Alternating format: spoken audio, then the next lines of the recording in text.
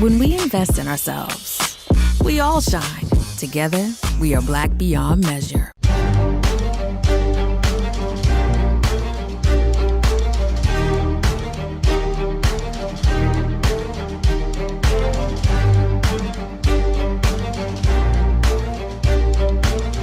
Welcome to the Black Table here on the Black Star Network. I'm your host, Greg Carr, and we spend an hour each week devoted to exploring ideas and subjects of special importance to African people and to others trying to build a better society. Very excited today to have with us an author, a scholar, an investigative journalist, and someone who is fighting to make a better world, one word at a time. Back in February 2018, I had the pleasure of being in an audience at the Howard University School of Law with this sister. We were there for her to unveil her book, We Face the Dawn. Oliver Hill, Spotswood Robinson, and the legal team that dismantled Jim Crow. These are two graduates of the Howard University School of Law. And at the time, we said, we'll have to get you back. We'll have to bring you over and talk to the undergraduate students. And how can we get this book and this message and this story out to the world?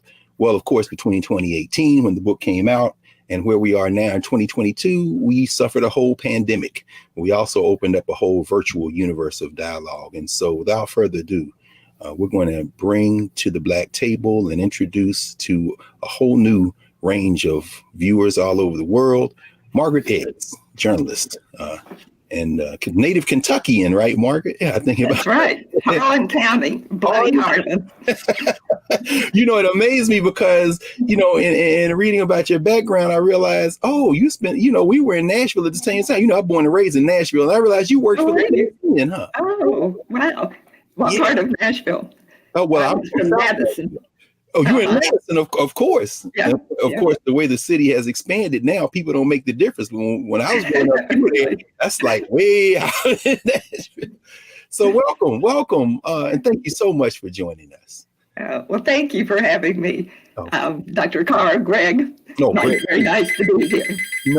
No question. Glad so much. Very glad to have you. It's so funny. A few weeks ago, we had Professor Toyin Falola from the University of Texas on, and his phone rang while we were talking. And of course, that's just evidence that people are always trying to get in touch with him, and they always try to get in touch with you. So if you don't mind, could you walk us a little bit through your life journey? I mean, how you got into journalism, some of the ways you apprenticed, and you even went to school in Tennessee, right? Before ending up in Richmond, you and your husband. Could you talk to us a little bit? I grew up in Nashville in a very segregated era, I guess, the 1950s and early 1960s. And I went to a little school in East Tennessee, Tennessee Wesleyan College, and then moved on from there to a career in journalism where my eyes began to be open. A new book that I've written that we'll talk about later, the title is What the Eyes Can't See. And I realized that there was a lot that I did not see at that point in time. As I think a sort of turning point for me was in 1985. I had a Alicia Patterson Fellowship, which is a National Journalism Fellowship, to travel around the South and look at the results of the Voting Rights Act. And that was, of course, at its 20th anniversary. And I went to places like Atlanta, where much change had taken place and Black leaders were running the city. And I went to places like Sunflower County, Mississippi, where there was a Black majority population and essentially no elected officials. And so that was a really eye-opening time for me. I talked to many people, like SB, others who were just sort of young officials at that point and went on to much larger careers. So from that point on, it was something that I focused on. Well, of course, for people who might remember, and there may be a few who don't remember, I think Sunflower County is where Fannie Lou Hamer is from, isn't it? That's right. That's right. Yes. No, I mean, interrupt. Please go on. So, wow. That's something. So at any rate, I had a career in journalism almost entirely with the Virginian Pilot in Norfolk. And I did political writing, and then I went on to start writing some books. And I wrote a book out of that process of traveling around the South and seeing the results of the Voting Rights Act. And then I wrote another book about Doug Wilder when he was elected, of course, the nation's first elected Black governor. A man named Earl Washington Jr., who was on death row in Virginia and turned out to be innocent. I wrote about his case. I wrote another book about my mother, who died when I was 3, and letters that we found from her after the death of my father and her closest sister. And then I came to the book about Oliver Hill and Spotswood Robinson, which was something that I'd been interested in looking at for many years, but just had not had the opportunity to do so until I retired from the newspaper and could really devote time to that research. Well, I mean, it sounds like your whole professional career, in fact, including your upbringing and how you were able to weave that back in, it just prepared you for this remarkable work. And of course, evoking Doug Wilder, another Howard University graduate, still with us.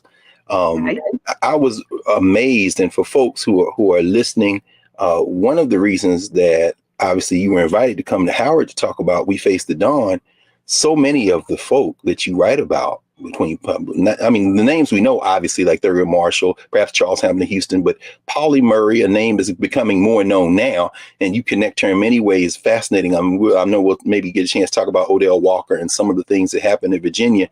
But the fact that you interviewed and got to interview Ruth Bader Ginsburg and Jack Greenberg and so many others, and Oliver Hill himself, although it was very interesting to hear how you talked to Judge Robinson one time, but his ethics prevented him from talking to you. But you may pull use a Juan Williams transcript for sure in this book. But I'm wondering, we kind of know at the Howard University School of Law, but unfortunately, generally speaking, not only at Howard, but around the country and the world, we don't understand two things that you really thread through. The importance of Virginia in the civil rights and human rights struggle, and the importance of these Black institutions, whether it be Black school teachers, historically Black colleges. And as you were writing, a name very early on appears, Z. Alexander Luby. And of course, you write about all these cases, the famous restrictive covenant cases, and so many that these lawyers went and argued. Growing up in South Nashville, Z. Alexander Luby actually is the reason that I grew up in the house that I grew up in South Nashville, the one still in our family, when because of restricted covenant, the white man who had sold it to my daddy tried to sell it again to a white man. He went and got Mr. Luby, who stopped the sale in court. So when you write about Z. Alexander Luby, pretty much probably saving Thurgood Marshall's life on that back road in Tennessee, right. It resonated for me. But for everybody watching, We Face the Dawn really traces the history, American history, in this critical period in the 20s, 30s, 40s, 50s, 60s, and then, of course, in the kind of denouement, what happens in the wake.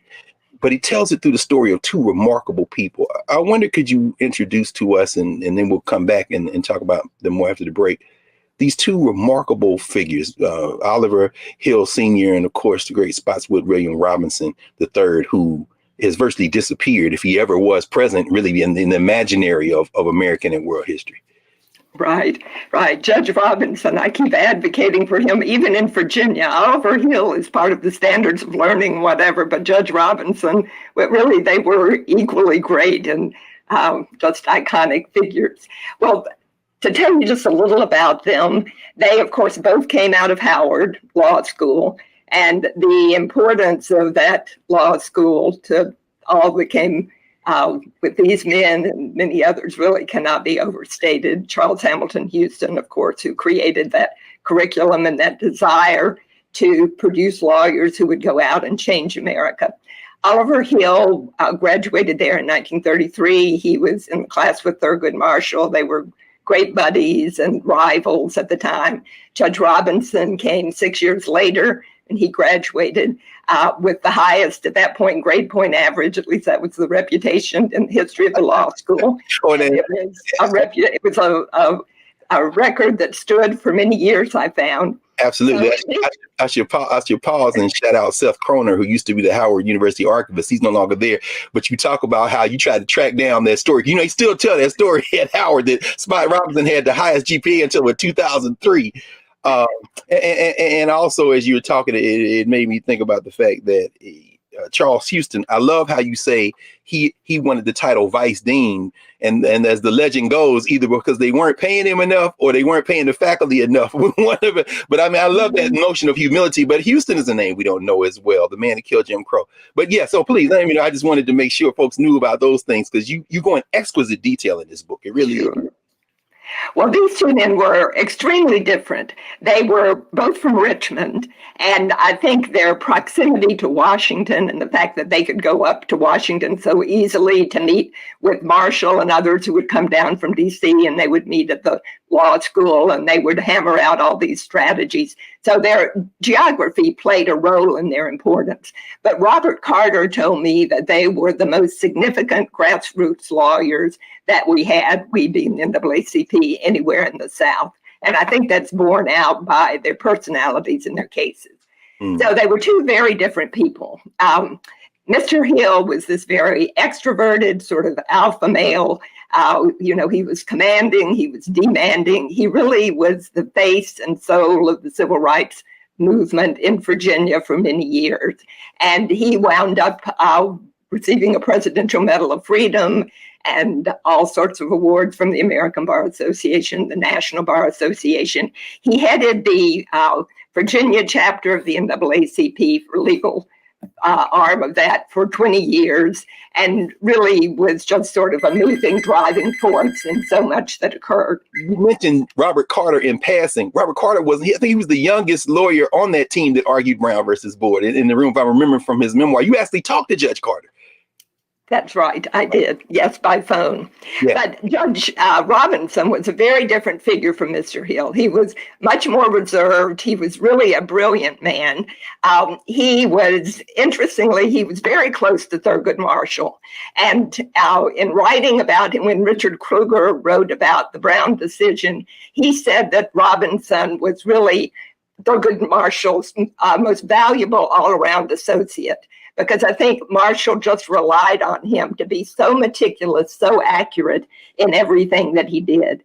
He, of course, became dean of the law school in the early 1960s, and then he went on the federal bench, and he was there for over 20 years, and he eventually became the chief judge of the D.C. Court of Appeals, which, as we know, is the second most important in the country. And people like Scalia and Bork and Ruth Bader Ginsburg were on that court. He was the chief judge. He once wrote a legal opinion that had 676 footnotes. He was just so meticulous. And Judge Ginsburg told me he was meticulous. That was his biggest problem. So I think sometimes he could take a long time getting his opinions out because he wanted to cover every point in the law. And Stephen Carter, who of course at Yale Law School, told me it really was that he just loved the law so much, and he was fascinated by every detail of it. Carter clerked for Judge Robinson at one point and saw that. And another very cute little story about him, he was so ethical about things and about obeying the law that the two of them left the courthouse late one night to go home. And as they left, Carter just sort of walked across the street, but Judge Robinson went to the corner and waited for the light to change. He was not going to jaywalk. And I think it was that he had spent his life saying that white politicians and lawmakers had to obey the law, whether they liked it or not, and that he was not going to take any shortcuts in doing that for himself. What a personality. It truly is remarkable that in American and world history, we don't know the name Spotswood Robinson like we should. I can see why you spent so long fighting to get that name elevated. We're going to take a break, Margaret, just for a second. And when we come back, we're going to continue this story and really get into the guts of this war that was waged in the 20th century for human freedom here in the United States and in these courtrooms by these two men and the women and men who surrounded them. So we'll be back in a moment here at the Black Table, back in a moment here on the Black Star Network.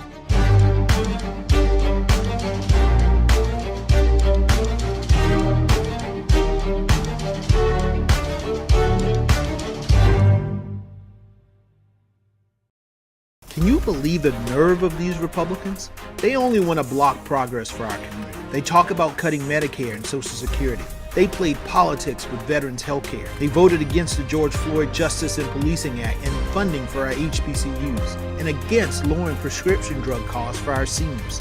These Republicans keep trying hard to stand in the way, but President Biden, Vice President Harris, and Democrats won't let them. They are delivering for us. The Democratic National Committee is responsible for the content of this advertising.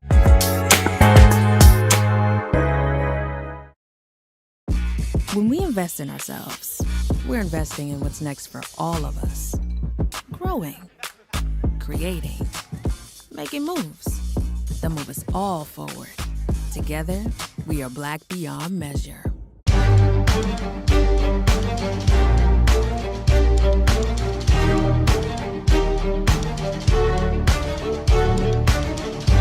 Welcome back to the Black Table here on the Black Star Network. My name is Greg Carr. Today we're joined by Margaret Edds, author of a number of books, including We Face the Dawn, Oliver Hill, Spotswood Robinson, and the Legal Team that dismantled Jim Crow.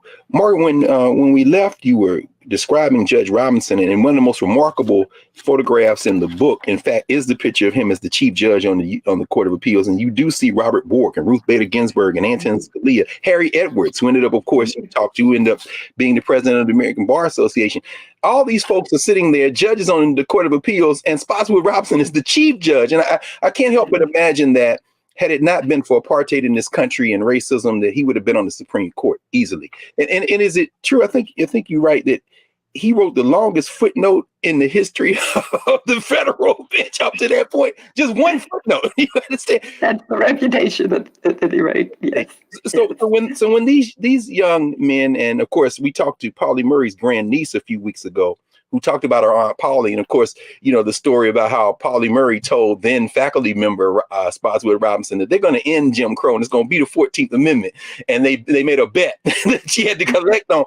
But of course, the generation before, he had been in those classrooms. Could you talk a little bit about Virginia and the legal strategy that Robinson and Hill undertook to dismantle Jim Crow, particularly as it related to education? You opened the book, in fact, with that famous march, September the 9th, 1948. I mean, talk about a journalistic talent. You really tell that story. Could you open us up to really Virginia and that battleground? Sure. And just before we get there, I'd like to say one thing. Judge Robinson might have been on the Supreme Court. I think Oliver Hill would have been in Congress. I mean, he really was such a natural political leader, but he just could not get elected in Virginia. In 1948, he did get elected to the Richmond City Council, which was a really remarkable feat, but he was defeated by just a few votes. 2 years later, white leaders all over the city wrote him letters, which are in his papers, saying how disappointed they were because he'd been such an asset and strong leader. And then, of course, that was right before they sort of launched into the strong school desegregation area. And he himself said that a few years after that, he couldn't have been elected dog catcher in Virginia, but I'm sure that's probably true. So when we think about these men, I think there are three reasons that they are so important. One of them is that they were part of this small brotherhood, and it really was pretty much a brotherhood at that point, that met at Howard and sort of devised the legal strategies to attack Jim Crow. The second was the cases that they had, many important cases. Most significantly, I guess, what people know about, it's one of the cases that was part of Brown v. Board, but many others in transportation and housing and restrictive covenants. And then the third thing, I should pause here to raise the name of Irene Morgan, because that Morgan versus Virginia case, a lot of people think about Rosa Parks and them, but when they got into that Morgan versus Virginia, it's such an important, it really opens up eventually what become the freedom rides. Of course, I mean, I had to always remember Boynton versus Virginia because Amelia Boynton's son was a student at Howard Law School. He was coming home for the holidays. That's where Boynton versus Virginia came from. But a lot of people don't know, when you mention transportation, just to give people a tease and please get We Face the Dawn, because it really is a history of all those legal battles. I didn't mean to interrupt you. So you're about to go to the third one. So right. So the third one was what you started with, and that is the work that they did on looking at the disparities in Black and white education. Marshall tapped Robinson to take a year to go around the state, just looking at the disparities in Black and white schools and recording that. And then out of that, he and Oliver Hill and Martin, who was their third partner, who really does not get the credit that he was due, in part because he died at an early age, but he was really a very strong defense attorney and was very intricately involved. At any rate, they then began to file motions and cases in these school divisions, pointing out the disparities in Black and white education. Black teachers were greatly underpaid over white teachers. Transportation didn't exist for Black children in many places. School buildings were extremely deficient. it came nowhere close to meeting the Plessy standard of separate but equal. And at one point, they had actions pending in 75 Virginia localities. And out of that, they established a very clear record to show that it was going to be essentially impossible to achieve the Plessy standard. Because even when they won in court, which they sometimes did, in Pulaski County, amazingly, a federal appeals court judge upheld their argument that black children should not have to be bussed out of the county in order to get an education. But even when they won those cases, the local officials drug their feet, simply ignored them, whatever. So it formed a real underpinning to say, we are not going to get equal schools this way. We have to go in a new direction. I want to know here, you write about this, and also, and as you said, you evoke Richard Kruger and Simple Justice. I think about that battle, that intellectual battle that was taking place at the NAACP as they were arguing about strategies. And I remember the Marigold Memorandum, I think, where they're talking about strategies one way and the other. But you write that Spotswood Robinson really pushes Thurgood Marshall on this and say, no, we need to just go after Jim Crow completely, because one of the things Marigold says is, if you will get bogged down. We don't have the money, we don't have the resources to go district by district and try to fight these equalization arguments. And Spotswood Robinson seems to be particularly concerned that tactically might not be the way to go. And eventually they go his way on this. I mean, that's fascinating to hear. Well, he had been at the forefront of this and had worked the ground level, so he knew it. And he said, I just got to the point where I didn't want to be telling other people how to do these equalization strategies. I was just ready to wash my hands of it. And if we're going to do more of these, then I'm not going to be part of it. So not to say that he was the only person making that argument, but he felt it passionately. And he was certainly one of those who I think was pivotal in moving NAACP in that direction. Interestingly, Hill thought that they should go after residential segregation first. And of course, we can see what's happened today, that even though we have the right to have integrated schools, so many school districts are really out of reach for people who are not of means because they can't afford to live in those districts. So these things are all intertwined, and the attorneys came at them with different perspectives, but at any rate, the education was where things went first. And as you talk about that, and again, for law students and legal professionals, they know the names Heard versus Hodge, Hansberry versus Lee. And of course, that Hansberry was Lorraine Hansberry's uncle, actually father. I'm sorry, Carl. I'm thinking her uncle actually worked at Howard. William Lil Hansberry. But maybe we can talk a little bit about the role of, as you say, Spotswood Robinson knew them intimately, and Oliver Hill came to know the teachers and the students. That was fascinating. You write about J. Raper Peacock, and I have a copy of his History of Virginia Teachers Association over there in the corner. But these school teachers played this role that is so important, and it's almost disappeared from history, the role of school teachers. Can you talk a little bit about the Black school teachers in Virginia and how they work with them? Sure. Yes, these people, again, were on the front lines. They knew what was happening, and they were such support for the lawyers. The work that they were doing was so hard, and the public officials in Virginia were going after them tooth and nail, trying to get them disbarred, just going after their livelihoods. I mean, all the time they were fighting for things like Brown v. Board. They were having to fight a rearguard action in Virginia just to protect their own livelihoods. And to have these teachers and education leaders who supported them and stood with them, it was just so important, both from an informational standpoint and just for the morale of that. And of course, the educators who led in this, like Terrell Palmer down in Newport News, I mean, people who were really premier educators and really known nationally, but when they pushed for something as what we would think of as obvious as equal teacher pay, their contracts were not renewed. So Virginia, likes to say that it did not have the lynchings that some of the more deep South states had, but I think Virginia leaders were very good at breaking the spirits of people, and they would go after the livelihoods, the jobs, the professions of people, and just make life pretty miserable. That's truly remarkable. We're going to come back in a moment to continue this conversation. When you evoke Luttrell Palmer, is that the father of Lou Palmer who ends up in Chicago? It is. That is remarkable. Yes. So everybody in Chicago, he's a legend. Lou Palmer is a legend in Chicago, and I wonder if they know that history, that his father, in fact, is a legend in Virginia, or at least was at that time. That's right.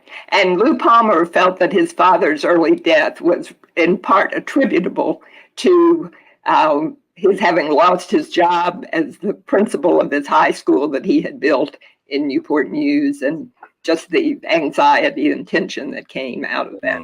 But when we come back, maybe we'll get a chance to cover some of that. We hope to have soon my friend and colleague, Leslie Fenwick, who has just finished her book, Jim Crow's Pink Slip, about what happens to those Black educators in the wake of quote unquote integration. So we'll be back in a moment, Margaret. We'll be back with Margaret Edds, author of We Face the Dawn and many other books. And we are going to continue our conversation here on the Black Star Network. Back in a moment.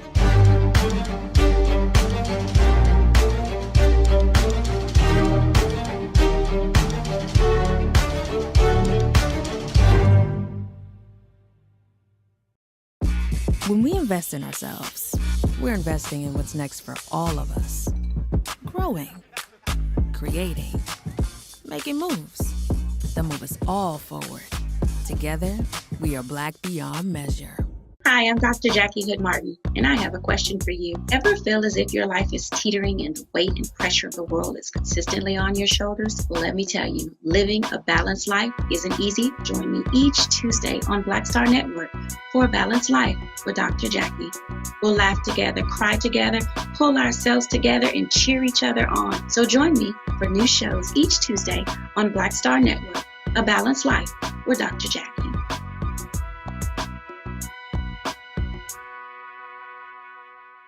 Can you believe the nerve of these Republicans? They only want to block progress for our community. They talk about cutting Medicare and Social Security.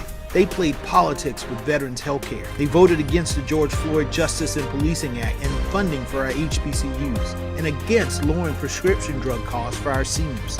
These Republicans keep trying hard to stand in the way, but President Biden, Vice President Harris, and Democrats won't let them. They are delivering for us. The Democratic National Committee is responsible for the content of this advertising. When we invest in ourselves, our glow, our vision, our vibe, we all shine.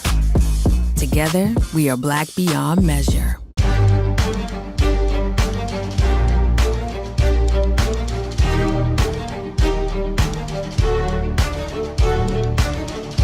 Welcome back to the Black Star Network, and remember to support the Black Star Network and all of its endeavors, all of its programming. Truly a remarkable platform. In the words of Lou Palmer of Chicago, the son of Dr. Palmer, it's enough to turn a Negro black. That's what Lou Palmer used to say in Chicago on the radio, the legend. But we're back with Margaret Edds. Margaret, when we left, you were talking about just the opposition. It is remarkable to think. I mean, of course, in the wake of the Little Rock Nine, I mean, they don't have school in Arkansas for a year. I'm saying in Virginia, I mean, nobody goes to school. Why would you fight so hard? And but you've walked us right up to the door of Brown. And of course, as I say, as you open the book, you bring another figure up who is far too not as well known as she should be. And that's, of course, Barbara Johns. Whose Uncle Vernon, of course, was the pastor at Dexter Avenue Baptist Church before Martin Luther King, and they put him out for being a little too radical. But I mean, walk us through that assault on Jim Crow that leads us to Brown and then the aftermath, if you don't mind. Well, Barbara Johns, fortunately, I think is about to get her due. She's going to be put in the statuary hall at the Capitol. Yes. Replacing Robert E. Lee there for Virginia. And a lot of work is being done about her history, things being created for teaching. So anyway, I'm really excited that that's happening. And shout out to Kalita Nichols from Norfolk State, who has been part of that work as well. We've interviewed Kalita. We were old classmates. So I'm glad to hear that about Barbara Johns, though. Yes, very exciting. Well, she, of course, led a student walkout in 1951 in Prince Edward County at the R.R. Moten School there, which was greatly overcrowded and poor conditions. And she planned this for a year, strategized it. It sort of came to her in a dream. She felt it was divinely inspired. And she was just very calm and led about it all and created a small group of students around her who planned this walkout. They kept it quiet.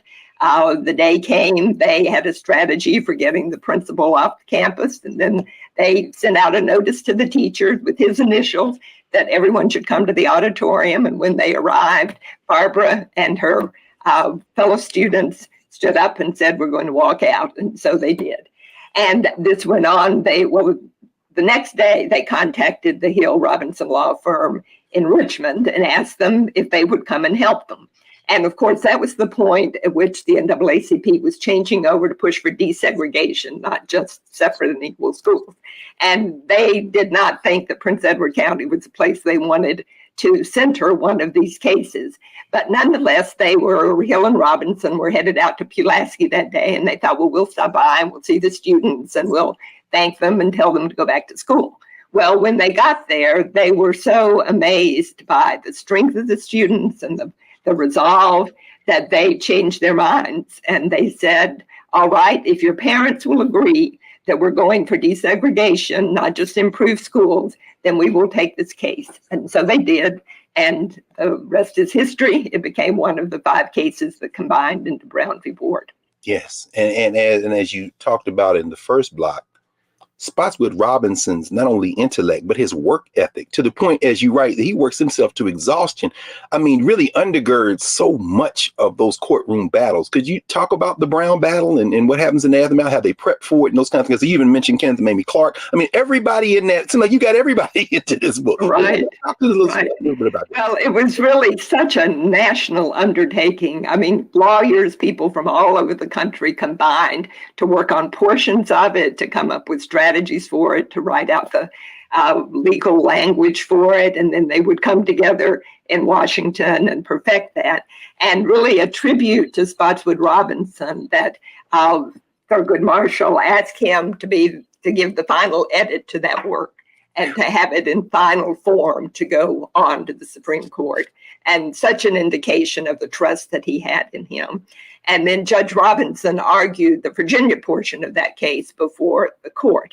At the end of it, he was so exhausted that he almost had a physical breakdown, which was not known outside the inner circle at that point. But there was a fundraising letter that I found in the NAACP papers at the Library of Congress that went out saying that Spots has almost killed himself. We can't let this happen, and raising money for him to take extended vacation, which he did not take. But he did, I think, take a little bit of rest, but it was just not in his nature to feel that he could be away from the work. But nonetheless, it was an example of the physical toll that it took on these men, the work that they were doing. Of course, none of them made the kind of money that other professional or people in other professions were making, but they did have the reward of knowing that they were doing something so important for the nation and for the cause. And we should probably pause here, if you don't mind, maybe helping us understand, because they end up helping you, particularly 2 children, Spotswood Robinson's daughter and Oliver Hill's son, but their spouses, their families. Of course, when we think about these heroic figures, they often get narrated as these kind of outsized individuals, but they really were part of communities, beginning with their families. Could you talk maybe a little bit about both of their families, their wives and children? Yes. Both of them had very supportive wives. Bernie Hill was somewhat like the female version of her husband. She was very strong, and I have some letters from them in which she would chastise him if he wasn't being affectionate enough or pleasant enough. But she was very committed to the cause and would go back up to Washington. She was working on a master's degree after she moved to Richmond. They had several years where they did not live together because he was here in Richmond establishing a practice and she was there teaching. As many families of that era, her teaching salary really helped sustain them. But at any rate, she was very involved in the cause.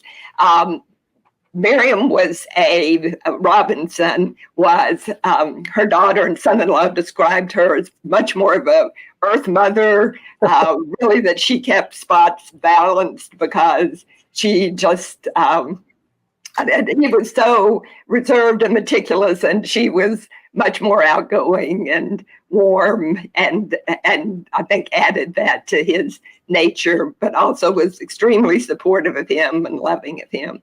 They each had one, well, the Robinsons had 2 children, but one was deceased when I began my work. And the children were somewhat reflective of the parents. Oliver Hill Jr., who tragically died a couple of years ago during the pandemic of a heart attack, was just a wonderful person like his father. He was so gracious and so willing to be helpful. He was a quieter personality than his father, but could not have been more gracious and warm and welcoming. He was a psychology professor at Virginia State. Absolutely. And well known and well respected. Did some very important work, but people should know more about Oliver Jr. on his own merits, for sure. Absolutely. And hopefully will at some point.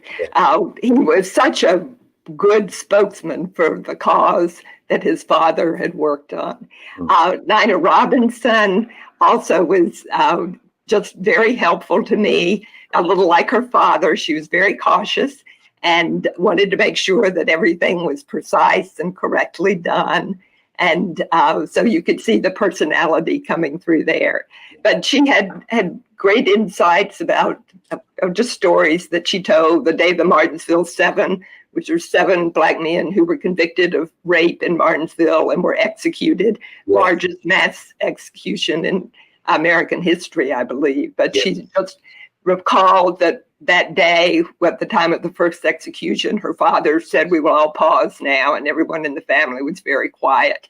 And she said it was not that he thought that they were all innocent, because they probably weren't all, but he knew that the standard of justice was so different for Black people and white people, and that some of those men either participated very little or not at all.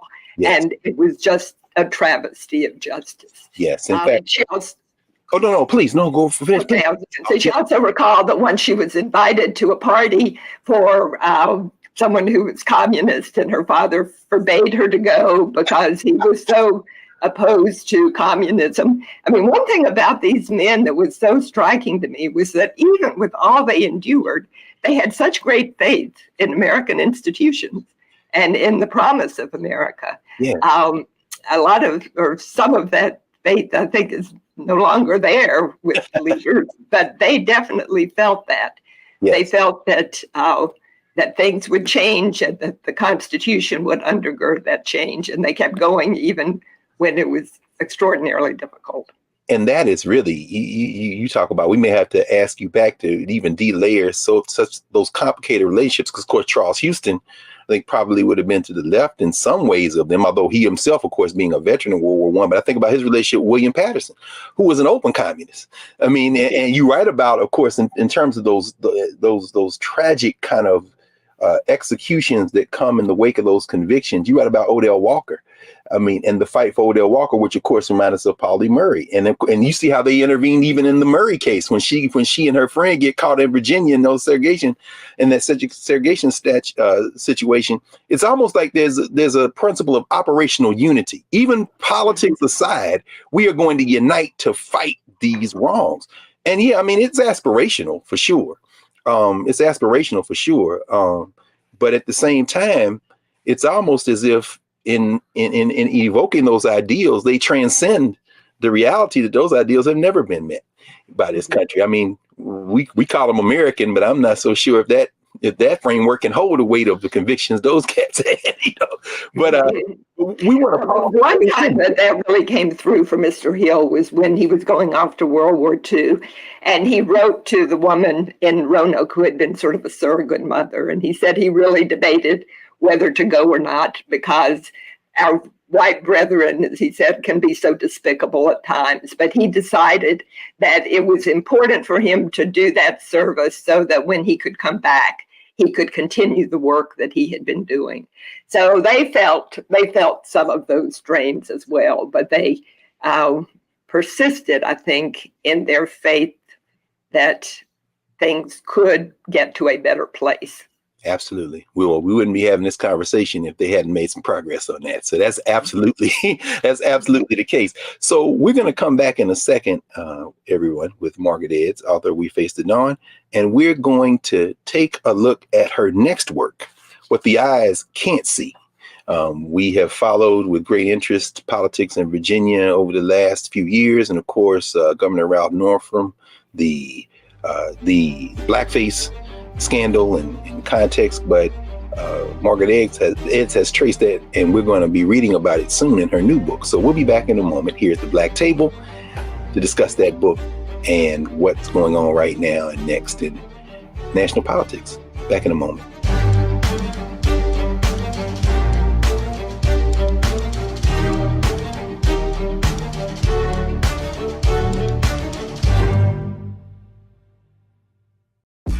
When we invest in ourselves, we're investing in what's next for all of us. Growing, creating, making moves that move us all forward. Together, we are Black beyond measure. When you talk about blackness and what happens in Black culture, we're about covering these things that matter to us, speaking to our issues and concerns. This is a genuine people-powered movement. There's a lot of stuff that we're not getting. You get it, and you spread the word. We wish to plead our own cause. Too long have others spoken for us. We cannot tell our own story if we can't pay for it. This is about covering us. Invest in Black-owned media. Your dollars matter. We don't have to keep asking them to cover our stuff. So please support us in what we do, folks. We want to hit 2,000 people, $50 this month, raise $100,000. We're behind 100,000, so we want to hit that. Y'all money makes this possible. Checks and money orders go to P.O. Box 57196, Washington, D.C. 20037-0196. The Cash App is $RM Unfiltered. PayPal is R Martin Unfiltered. Venmo is RM Unfiltered. Zelle is Roland@RolandSMartin.com. Can you believe the nerve of these Republicans? They only want to block progress for our community. They talk about cutting Medicare and Social Security. They played politics with veterans' health care. They voted against the George Floyd Justice and Policing Act and funding for our HBCUs, and against lowering prescription drug costs for our seniors. These Republicans keep trying hard to stand in the way, but President Biden, Vice President Harris, and Democrats won't let them. They are delivering for us. The Democratic National Committee is responsible for the content of this advertising. When we invest in ourselves, we all shine. Together, we are Black beyond measure.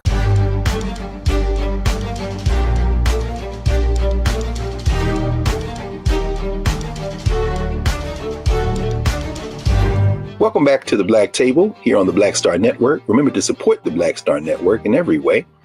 And we are joined today with Margaret Edds, author of We Face the Dawn and many other books. And when we left, Margaret, we were talking about this aspiration to create a better society. And thank you, by the way, when you all read We Face the Dawn, you'll see in the aftermath of these victories, as you said, the attempt to disbar these men, the attempt to shut down the NAACP, even shutting the schools, but change is inevitable. And I'm wondering, before we turn to your new book, if you might say a word about the role of the press in this struggle, because as a journalist and as a craft person, and you keep saying retired, but clearly you're not, because you keep writing. You write about the Norfolk Journal and Guide and the Richmond News Leader, and as a journalist yourself, reading through these archives and listening and talking to these elders, some of whom waged this war. How important was the Black press and the press generally in this struggle, in your mind? Well, again, the Black press, which struggled, as all presses do today, but to, even stay alive, was another force that was supportive and was getting the stories out. And it was so important to me in doing the research that I did. I decided early on that I probably would not find a whole lot of the real story in the Richmond Times-Dispatch or the Richmond News Leader or the main white dailies. But in going to the Afro-American newspaper, I was able to glean so much information. That really was a bedrock of the reporting that I was able to do, as were the papers at the Library of Congress, the NAACP papers there. But the Black press was pivotal in my being able to understand and find some of the details of the cases that these people were bringing.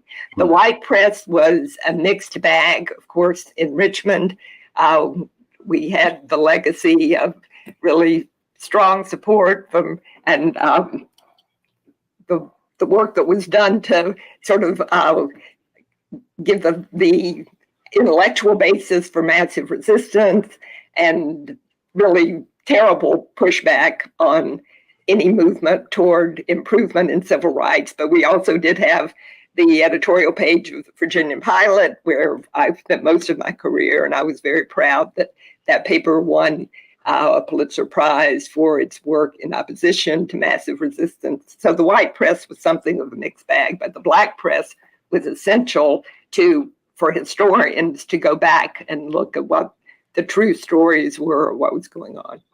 Thank you. And of course, here at the Black Star Network, that resonates particularly. I can hear Roland Martin right now saying, yes, this is what he's always talking about. Spent his whole career as a black newspaper man. So he understands, and certainly that helps us. So let's turn to the work that you've completed that we are eagerly anticipating diving into. I'm going to have to ask you back to discuss What the Eyes Can't See, Ralph Northam, Black Resolve, and a Racial Reckoning in Virginia, soon to be out with the University of South Carolina Press. What led you to that book? Now, you wrote that book during the pandemic. I did. I really thought that the book on Mr. Hill and Judge Robinson would be the last one I'd do, because I spent portions of 6 years working on that, and I'm 75 now. I wasn't sure that I had 6 years left.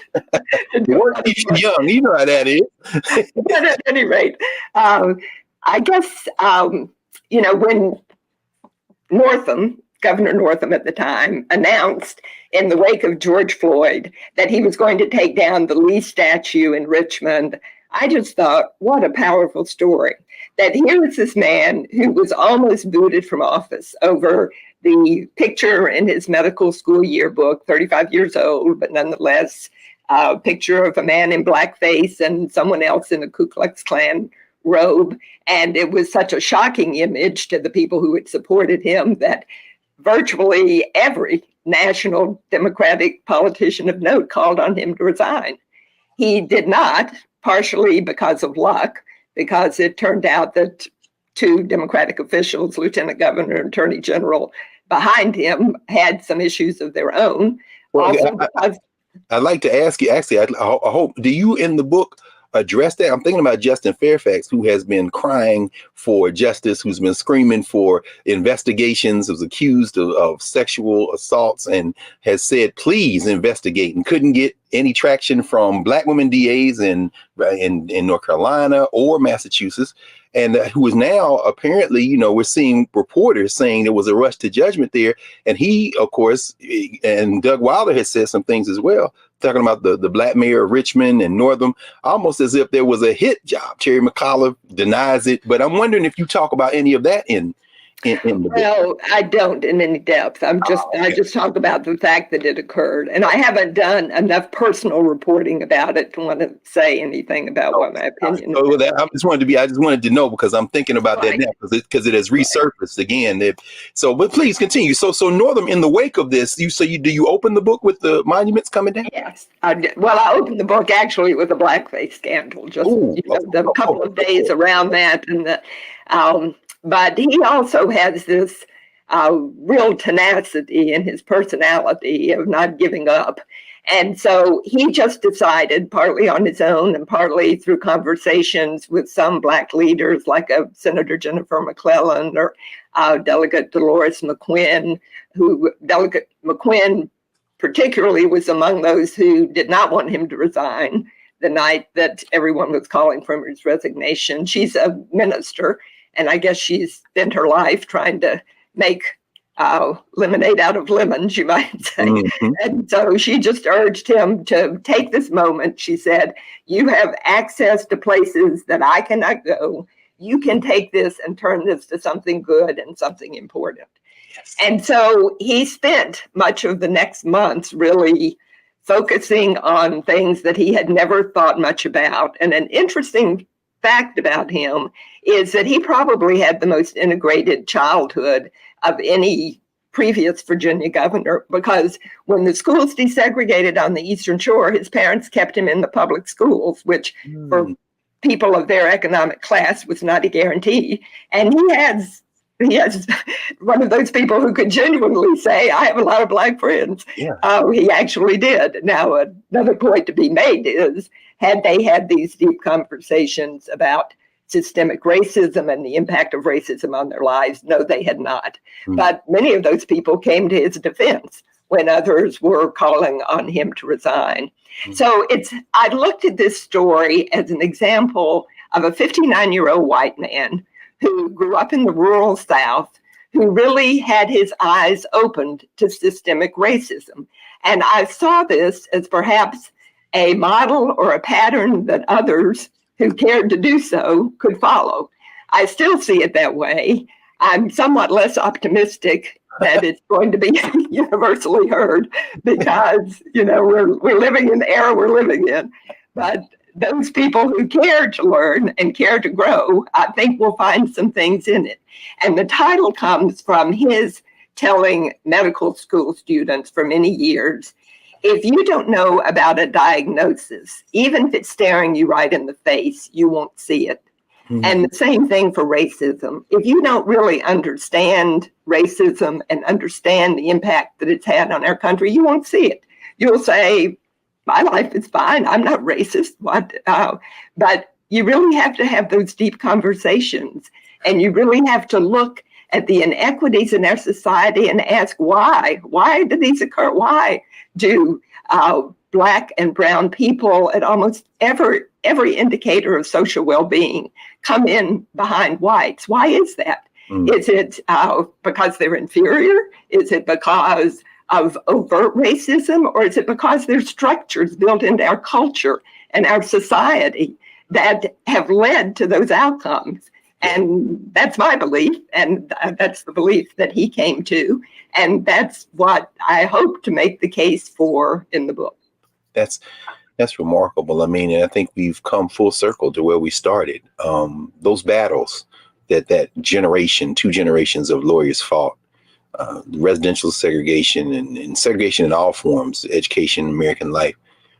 Margaret, having researched and written across the arc of really American history, certainly the 20th century, and having lived enough of the moments of transition and sitting here now looking forward, where do you think we're going to go next? I mean, as you say, you quote Gary Orfield extensively in We Face the Dawn, and he's got a new book out where he says not only is the place more segregated than before, the inequities are deeper. I mean, I wonder, what do you think happens next? Well, it's very dispiriting, and I don't think there's any way to look at the situation without that. But I try to look at the world that Mr. Hill and Judge Robinson and their contemporaries lived in, and I really don't think we're facing anything more difficult than they faced. And they found a way to persevere and push forward. Did they solve things for all times? Obviously, they did not, but they really pushed the ball forward. And I really think that's all that any of us have to do. We just have to move the metric a bit to the best of our ability. And I think that potential still exists. I think after George Floyd, we saw that there are people in this country who are open to understanding that. And now maybe we're dialing back, or maybe the opposing forces are having a louder voice. But those people are still there. And I think progress can still be made. And, we can't expect to create a perfect world, but we can expect to keep trying and perhaps to move the metric a bit. That's the challenge. I mean, Mr. Hill and Judge Robinson knew change is inevitable. Change always happens. So nothing is ever static, and you just have to keep trying to find ways to make some degree of positive change. Absolutely. That's what the great writer Octavia Butler would say. Change is the constant. We just have to shape it. That's all. And in the words that you take the title of We Face the Dawn from, of course, the great Paul Dunbar, whose name still is on the school. Shout out to Nubia Garima and all the young people at the Paul Lawrence Dunbar High School here in D.C. Charles Hampton Houston, of course, a graduate of Dunbar. I love that poem you draw from Paul Dunbar when he says, "I greet the dawn and not the setting sun when all is done." So yeah, we just gonna greet the dawn. We're gonna keep greeting it. Thank you so much, Margaret, for joining us. And thank you for this work, for your continuing career. I mean, with all due respect, all these people keep coming on this show and talking about they retired and say, y'all can't spell retirement. And I hate to say it to journalists, but you just can't spell it. But thank you. And we look forward to not only having you over at Howard again soon, but for folks really learning a lot and continue to learn not only from these two books, but from your other work as well. Thank you for joining. Well, thank you for your work also, and for keeping these stories alive. Thank you. Okay, well, we'll talk again with you soon. We'll be back in a moment here at the Black Table. We're going to clear the table and get ready for our next session. Back in a moment.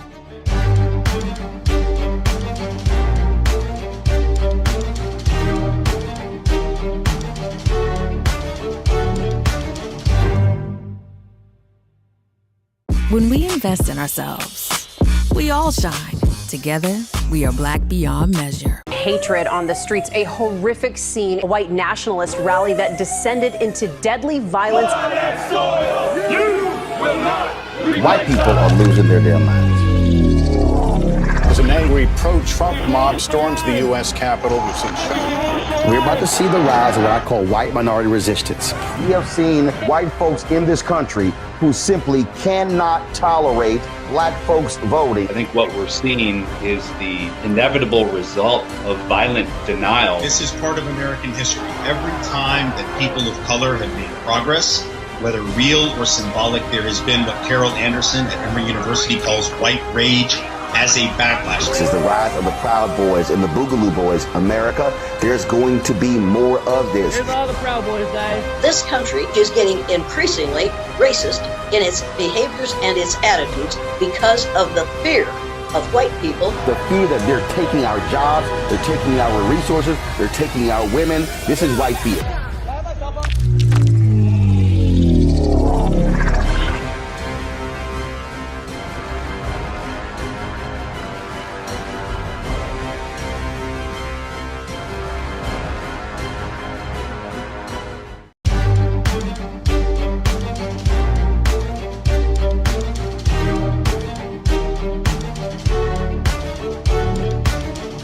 Welcome back to the Black Table here on the Black Star Network. I'm your host, Greg Carr. We've been joined for the last hour by Margaret Edds, author of We Face the Dawn and author of the forthcoming What the Eyes Can't See. We've had a really rich and powerful conversation. And as we were listening to Margaret, one of the things that occurred to me was a question that I often find myself thinking about as we have these kind of conversations. What if apartheid had not been a thing? In other words, what if these women and men, what if Constance Baker Motley and Pauli Murray, what if Oliver Hill and Spotswood Robinson, Thurgood Marshall and Charles Hampton Houston and William Patterson and so many others, what if Robert Carter and what if all of the lawyers who argued Brown versus Boyd, what if John Hope Franklin and Kenneth Mamie Clark and all the scholars who came together to destroy Jim Crow with their scholarly contributions, what if they hadn't had to face that?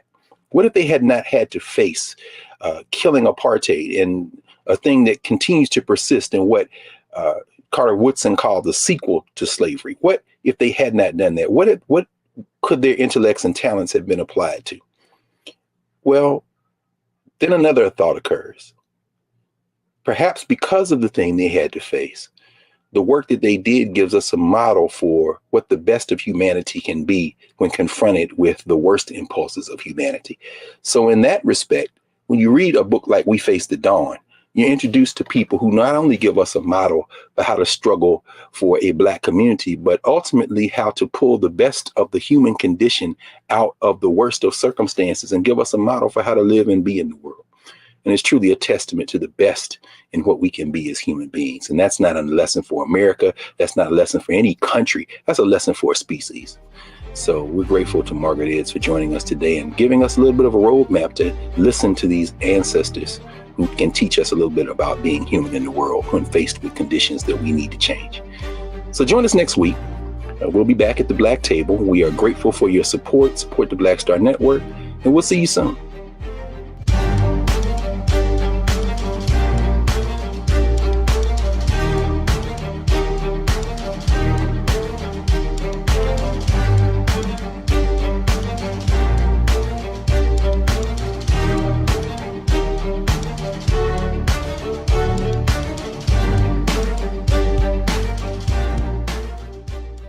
When we invest in ourselves, we all shine. Together, we are Black beyond measure. When you talk about blackness and what happens in Black culture, we're about covering these things that matter to us, speaking to our issues and concerns. This is a genuine people-powered movement. There's a lot of stuff that we're not getting. You get it, and you spread the word. We wish to plead our own cause to long have others spoken for us. We cannot tell our own story if we can't pay for it. This is about covering us. Invest in Black-owned media. Your dollars matter. We don't have to keep asking them to cover our stuff. So please support us in what we do, folks. We want to hit 2,000 people, $50 this month, raise $100,000. We're behind 100,000, so we want to hit that. Your money makes this possible. Checks and money orders go to P.O. Box 57196, Washington, D.C. 20037-0196. The Cash App is $RM Unfiltered. PayPal is R Martin Unfiltered. Venmo is RM Unfiltered. Zelle is Roland@RolandSMartin.com.